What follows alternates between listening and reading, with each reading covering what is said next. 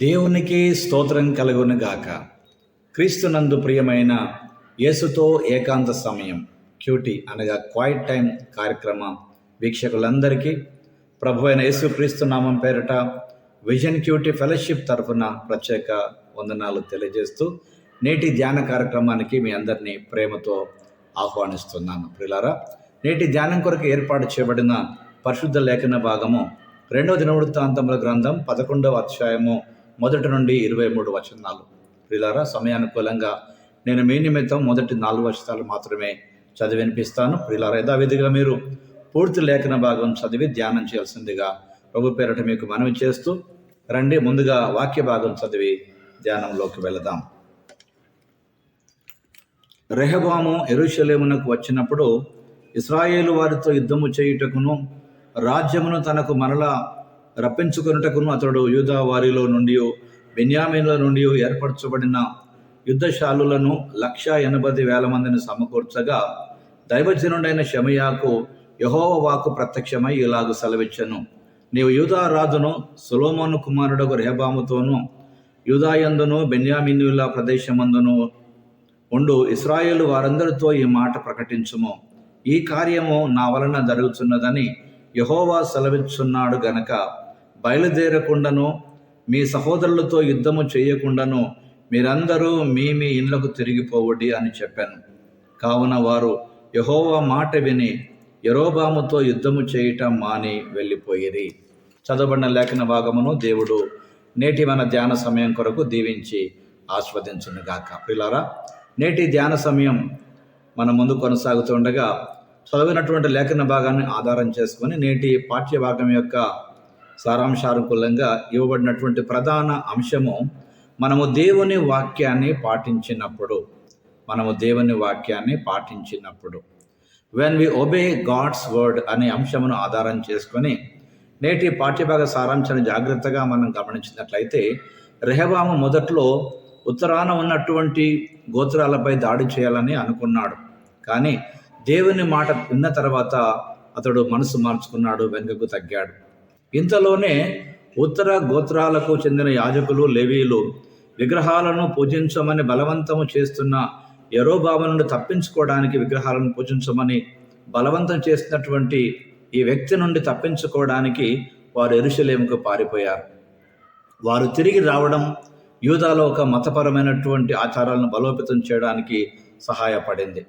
అలాగే ఇతరులు కూడా వారితో కలిసి యూదాకు పారిపోయి రాజ్యం యొక్క పెరుగుతున్న శక్తికి వారు దోహదపడ్డారు. ఫలితంగా రెహబాము రాజ్యము స్థిరపరచబడింది, యూదా బలముగా మారింది. ఇది నేటి పాఠ్యభాగ సారాంశం. ప్రియులారా, ఇందులో ప్రధానంగా దేవుడు ఎవరు అని గమనించినట్లయితే దేవుడు తనకు విధేయులైన వారిని ఆశీర్వదిస్తాడు. ద్వితీయోపదేశ కాండం 28వ అధ్యాయం 2వ వచనం ప్రకారంగా తన మాట వినిన వారికి తప్పకుండా ఆయన వారిని ఆశీర్వదించేటువంటి దేవుడై ఉన్నాడు. రెహబాము దేవుని మాట విని ఉత్తర గోత్రాలను జయించాలని తన ప్రణాళికను విరమించుకున్నప్పుడు దేవుడు యూదాను రాజకీయంగా, అలాగే సైనికంగా మరియు ఆధ్యాత్మికంగా ఆశీర్వదించాడు. విధేయతను ఎంచుకునేటువంటి వారిని దేవుడు గౌరవిస్తాడు.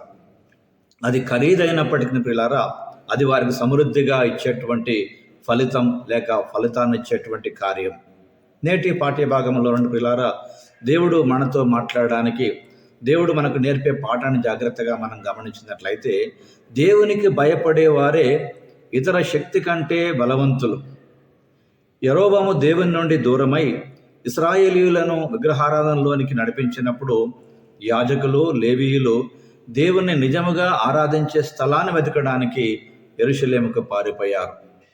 అలాగే దేవుడు తన వాక్యం ద్వారా మనతో మాట్లాడుతున్నటువంటి ఈ మాట ప్రియులారా, మనం ఎక్కడున్నామో, ఆధ్యాత్మిక జీవితంలో ఏ వైపు మనం ప్రయాణిస్తున్నామో ఒకసారి మన జీవితాన్ని పరీక్షించుకోవాల్సినటువంటి వారమై ఉన్నాం.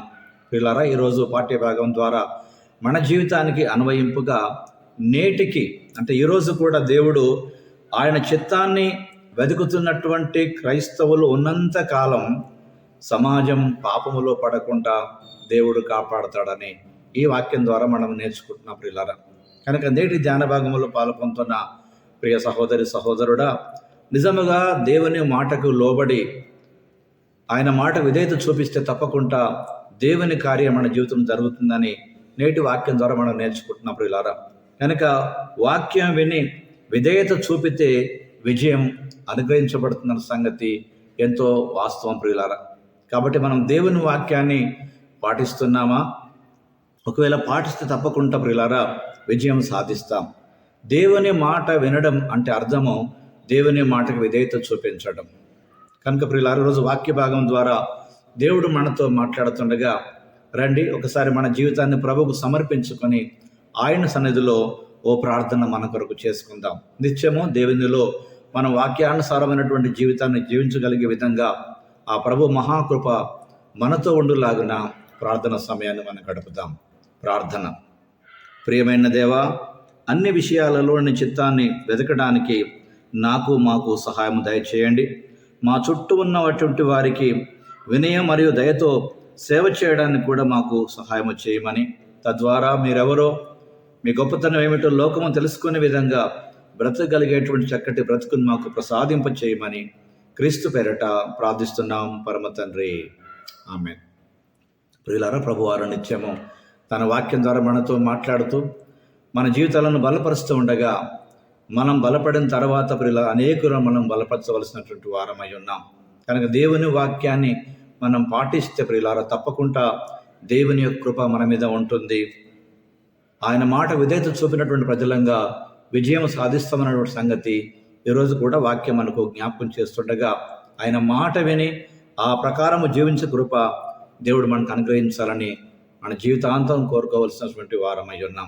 ప్రియులారా, దేవుని మాట విని విధేయత చూపుట వలన విజయము సాధించేటువంటి కృపను దేవుడు మనందరికీ అనుగ్రహించాలని ఆశిస్తాం. అనుదినం దేవుడు తన వాక్యం ద్వారా మనతో మాట్లాడుతుండగా ప్రియులారా, మీరు పొందినటువంటి అనుభవాలు, అనుభూతులు మాతో పంచుకోండి. మేము సంతోషిస్తాం, ప్రభువును స్తుతిస్తాం. అలాగే ప్రియులారా, మీ చుట్టుపక్కల ఉన్నటువంటి వారు నిజముగా మీరు పొందినటువంటి ఈ దేవుని కృపను జ్ఞాపకం చేసుకొని దేవుని స్తుతించి ఆరాధించినట్లు వారితో కూడా మీ అనుభవాలు పంచుకోండి. వారి విశ్వాసం బలపడుతుంది, దేవుని నామము ఘనపరచబడుతుంది. అలాంటి కృపా దేవుడు మనందరికీ అనుగ్రహించి తన నామ ఘనత కొరకు, తన రాజ్య వ్యాప్తి కొరకు మన అనుభవాలను తన పనిలో వాడుకోవడానికి కొరకు ప్రభు కృప అనుగ్రహించినట్లుగా ఆశిద్దాం. అట్టి కృప కలిగిన దేవుని కృపకు మనందరినీ అప్పగించుకుందాం. దైవ కృప మనందరికీ తోడై ఉండి తన మహిమార్థం మనం నిలబెట్టి నడిపించి వాడుకొనుగాక. Thank you. God bless you.